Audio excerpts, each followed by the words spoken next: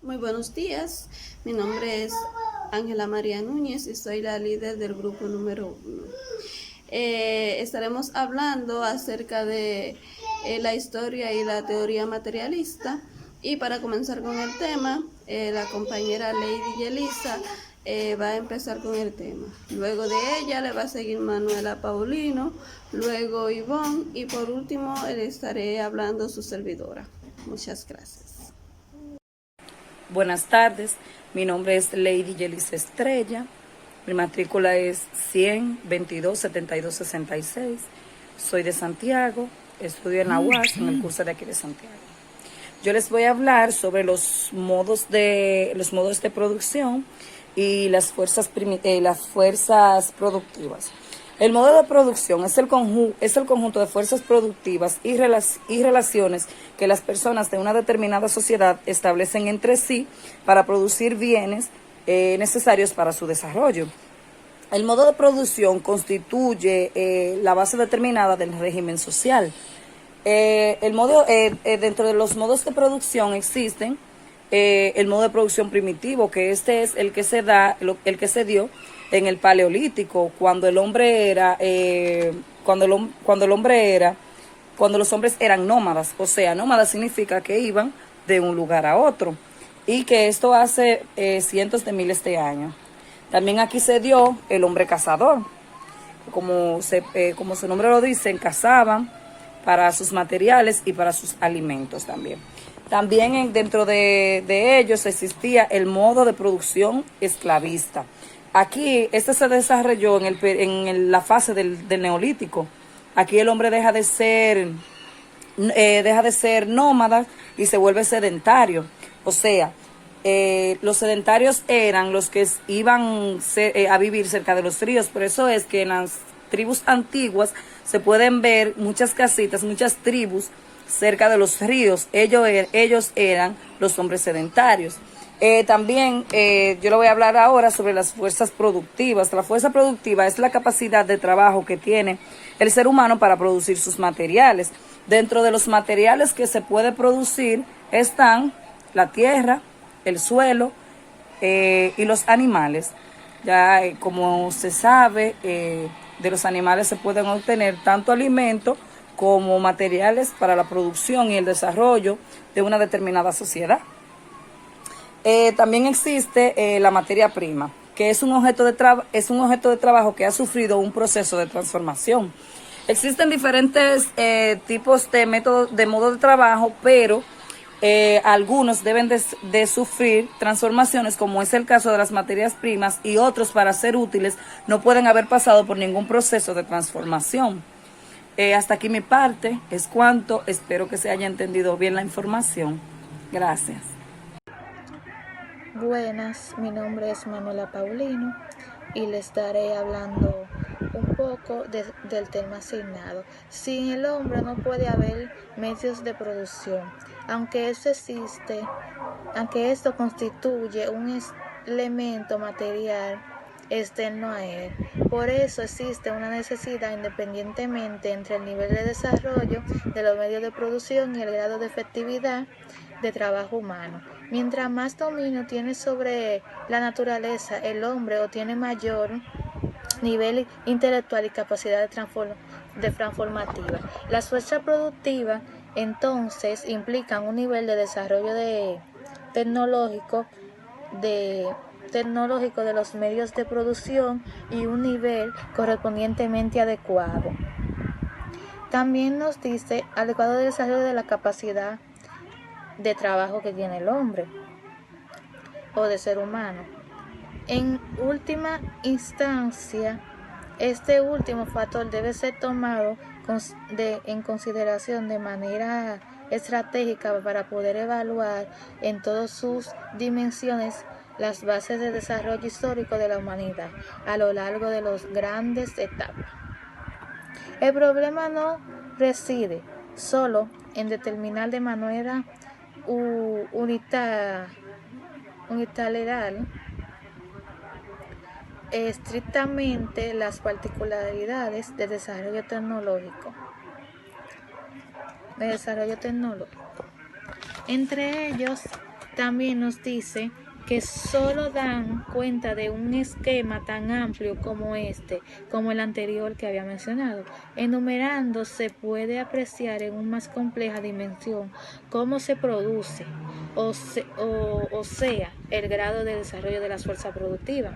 Ves que en la capacidad fundamentalmente las etapas de desarrollo de la historia universal. Producción y desarrollo de las fuerzas productivas. Se genera una socialización progresiva de procesos de trabajo, tales como el hombre, que nos dice que el hombre, para vivir como tal, requiere establecer un esquema de cooperación con otros hombres. A su vez, los grandes grupos de hombres cada vez más dependen de un esquema de amplias relaciones con otros grupos de hombres.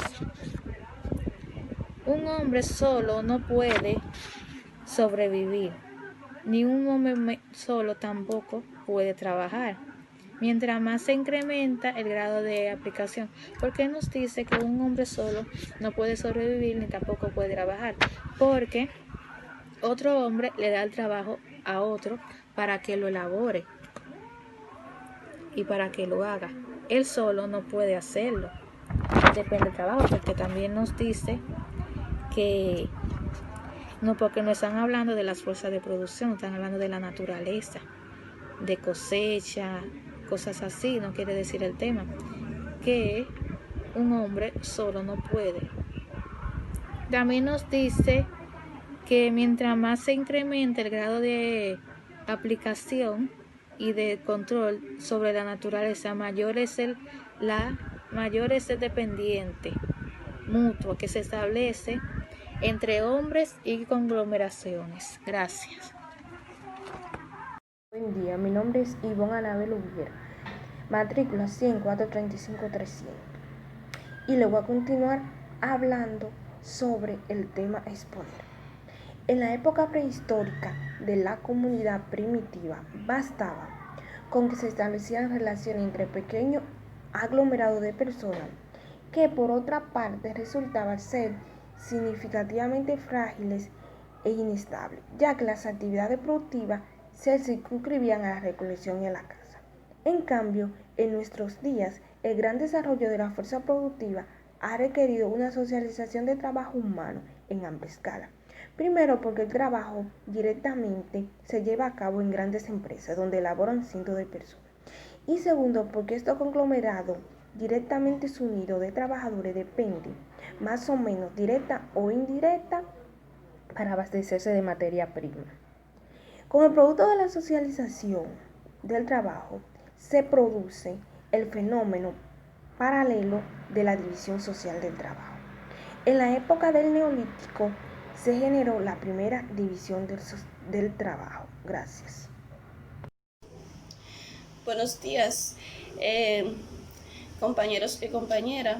En esta mañana si quería hablarles acerca del tema del materialismo histórico. El materialismo histórico es la doctrina de Máximo sobre las leyes que rigen la evolución de la sociedad humana. La creación de la teoría del materialismo histórico está vinculada al descubrimiento más grande hecho por Marx en cuanto a la interpretación de la historia y de los sucesos históricos. Al considerar a las fuerzas productivas como el elemento determinante de la base económica de una sociedad, remite a una concepción diferente a los de la economistas e historiadores burgueses. Estos piensan que el indicador más importante para el conocimiento de una sociedad son los intercambios de bienes. O sea, esto quiere decir que los historiadores burgueses, ellos pensaban que para que una sociedad pueda crecer más, se necesitaba hacer intercambio de bienes en También para el materialismo histórico y la economía política marxista. Por el contrario, el aspecto fundamental de la economía era la producción, la cual a su vez se determinaba la modalidad que asumen otros aspectos de las bases económicas, como son el intercambio y el consumo. Entonces aquí vemos que había una gran diferencia entre estos dos, entre los economistas y entre los historiadores.